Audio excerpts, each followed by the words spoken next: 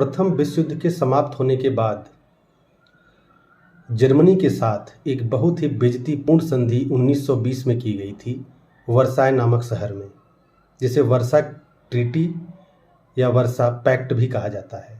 लेकिन इन 20 सालों के अंदर ही जर्मनी एक बार फिर से दुनिया के लिए एक सबसे बड़ा खतरा बन गया, अडोल्फ हिटलर की अगुवाई में।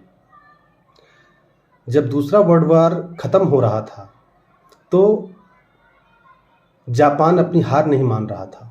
उसको हराने के लिए यूएस ने 6 अगस्त और 9 अगस्त 1945 को जापान के 2 शहरों पर, हिरोशिमा और नागासाकी पर एटॉमिक बॉम्ब गिराया। उस समय ग्रेट ब्रिटेन के पास कुल 9 उपनिवेश देश थे जो उनके गुलाम थे। इंडिया भी उन्हीं में से एक था।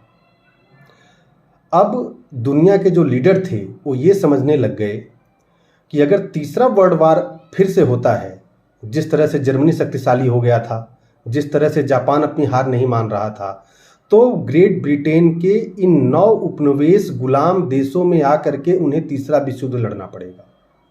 इस वजह से इंग्लैंड के ऊपर दुनिया भर के देश, US, Soviet Union, France, Australia, इन सब ने प्रेशर बनाया कि आप इन 9 कॉलोनीज को, ये 9 गुलाम देशों को आप स्वतंत्रता दे दें या यहाँ पर आप सत्ता का हस्तांतरण कर दें, और इसी से हम थर्ड वर्ल्ड वार से बच सकते हैं।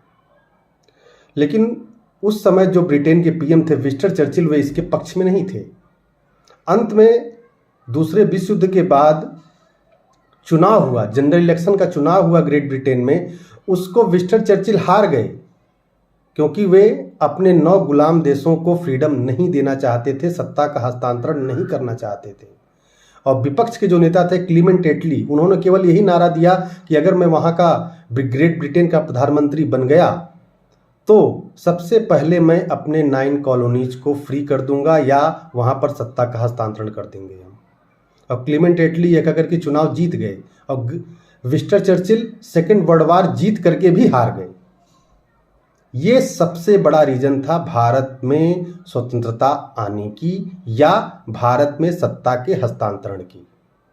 हम भारतीय लोग और भारतीय इतिहासकार, भारतीय बुद्धिजीवी ये कहते हैं कि हमने स्वतंत्रता प्राप्त की, और ग्रेट ब्रिटेन कहता है कि हमने केवल सत्ता का हस्तांतरण भारतीय नेताओं को कर दिया।